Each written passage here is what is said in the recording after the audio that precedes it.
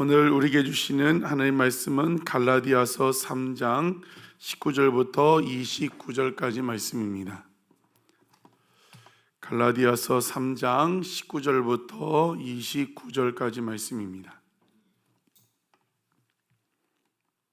같이 한 목소리로 읽겠습니다. 그런즉 율법은 무엇이냐? 범법함으로 더하여진 것이라. 천사들을 통하여 한 중보자의 손으로 베푸신 것인데 약속하신 자손이 오기까지 있을 것이라. 그 중보자는 한편만 위한 자가 아니나 하나님은 한 분이시니라. 그러면 율법이 하나님의 약속들과 반대되는 것이냐? 결코 그럴 수 없느니라. 만일 능히 살게 하는 율법을 주셨더라면 그가 반드시 율법으로 말미암았음이니라. 그러나 성경이 모든 것을 죄 아래에 가두었으니 이는 예수 그리스도를 믿음으로 말미암는 약속을 믿는 자들에게 주려 함이라. 믿음이 오기 전에 우리는 율법 아래에 매인 바 되고 계시될 믿음의 때까지 갇혔느니라. 이같이 율법이 우리를 그리스도께로 인도하는 초등교사가 되어 우리로 하여금 믿음으로 말미암아 의롭다함을 얻게 하려 함이라. 믿음이 온 후로는 우리가 초등교세 아래에 있지 아니하도다. 너희가 다 믿음으로 말미암아 그리스도 예수 안에서 하나님의 아들이 되었으니 누구든지 그리스도와 합하기 위하여 세례를 받은 자는 그리스도로 옷 입었느니라. 너희는 유대인이나 헬라인이나 종이나 자유인이나 남자나 여자나 다 그리스도 예수 안에서 하나이니라. 너희가 그리스도의 것이면 곧 아브라함의 자손이요 약속대로 유업을 이을 자니라. 아멘. 구원은 율법의 행위, 율법으로 구원받는 것이 아니라 예수 그리스도의 십자가의 그 구속하심 믿는 믿음으로 구원받습니다. 사도 바울이 계속해서 그것을 이야기하면서 또 변증하고 있습니다. 그러면 나오는 질문이 무엇입니까? 그러면 율법을 왜 주셨냐는 거죠. 율법으로 구원받는 것이 아니다. 또 약속하신 이가 오기 전까지만 그게 있는 것이다. 그 외에는 패한다. 이런 이야기를 계속하고 있는데, 그러면 나오는 질문은 왜 율법이 주어졌느냐는 질문이 나오는 겁니다. 오늘 본문은 바로 그 질문에 대한 왜 율법을 주셨는가에 대한 답변입니다. 결론적으로 율법이 주어진 것은 인간의 범죄함, 인간의 범법함 때문이라고 그리스도께서 오시기 전까지 한시적으로 주셨다고 이야기를 하고 있습니다. 19절에 보면 율법이 무엇이냐? 범법함으로 더해진 것이라고 이야기하고 있습니다. 범법다. 범죄 때문에 주어진 것이다. 왜 그렇습니까? 기록된 말씀, 율법을 통하여 뭘 깨닫는다고요? 우리의 죄를 깨닫는다고 했습니다. 그래서 21절에 보면 그러면 율법이 하나님의 약속들과 반대되는 것이냐? 결코 그럴 수 없느니라. 그 율법이 그리스도 오기 전까지 범법한 자들 때문에 왔다면 그러면 그 율법이 하나님과 반대되는 것이냐? 절대 그렇지 않다는 것을 이야기를 하고 있습니다. 지금 계속해서 말하는 초점을 알아야 돼요. 뭐에 대해서 얘기하고 있는 거죠? 구원입니다. 구원 문제. 지금 율법을 다 지킴으로 구원받느냐, 아니면 예수 그리스도 그 십자가, 그 믿은 것을 믿음으로 구원받느냐를 이야기하고 있는데, 지금 그 율법은 하나님의 그 약속, 구원의 약속과 반대되는 내용은 아니라고 했어요. 그 기능에 차이가 있다는 것을 이야기를 하고 있습니다. 그래서 22절에 그러나 성경이 모든 것을 죄 아래 가두어 놓았다고 합니다. 그리고 이는 예수 그리스도를 믿음으로 말미암는 약속을 믿는 자들에게 주려 함이라.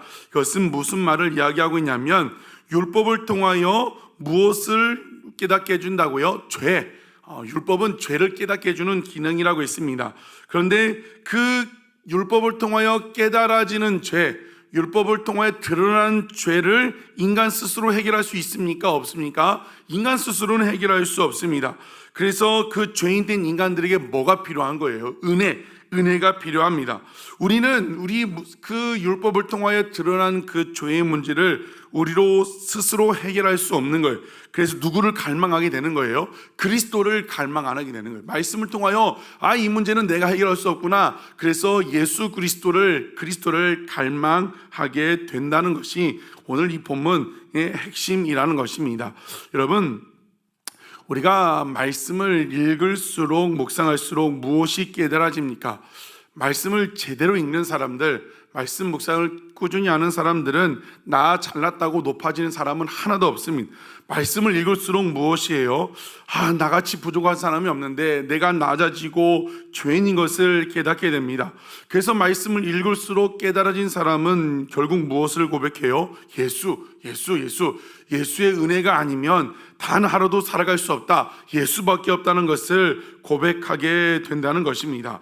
24절, 25절도 같은 의미예요.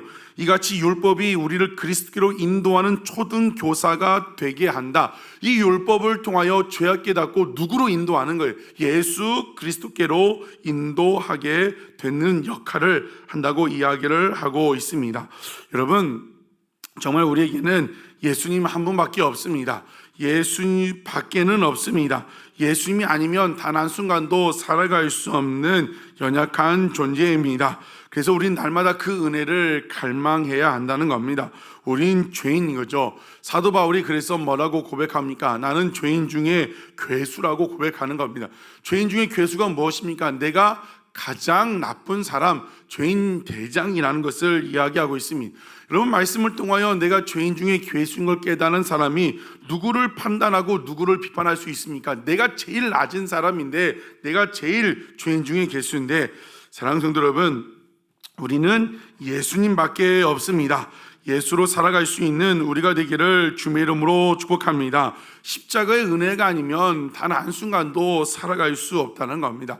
말씀을 통하여 계속 그것이 깨달아지는 겁니다. 말씀을 통하여 어찌할 수 없는 내 상황, 어떻게 할 수 없는 내 마음, 그것을 가지고 누구 앞에 나간다고요? 예수 그리스도 앞에 나가게 된다는 것입니다. 여러분, 지금 어떤 상황 가운데 있으십니까? 어떤 것을 깨닫고 계십니까? 정말 말씀을 통하여 내 삶을 바라보는 말미암아 어찌할 수 없는 것을 깨닫고 계십니까? 그 모든 것을 해결할 수 있는 분은 누구밖에 없습니까? 예수님밖에 없습니다. 그것을 깨달아져야 하는 겁니다. 그거는 내 생각으로 절대 깨달아지는 것이 아니라 오늘 본문에 말씀한 대로 말씀을 읽을 때 드러나게 되고 나의 연약함, 그래서 이 모든 것을 해결할 수 있는 분은 예수님밖에 없다. 그래서 예수님 앞으로 나아가게 된다는 것입니다. 여러분, 예수님밖에 없습니다. 우리의 죽고 사는 것 예수님께 달렸습니다. 말씀을 통하여 깨달아진 다음에 그 예수님 앞에 나아가 오늘도 정말 진실된 고백으로 정말 주님, 예수님밖에 없습니다. 예수님이 나를 모른다면 한순간도 살아갈 수 없는 연약한 존재입니다. 오늘도 그 예수님 붙들고 예수로 살아갈 수 있는 귀한 성도들 되시기를 주님의 이름으로 축복합니다.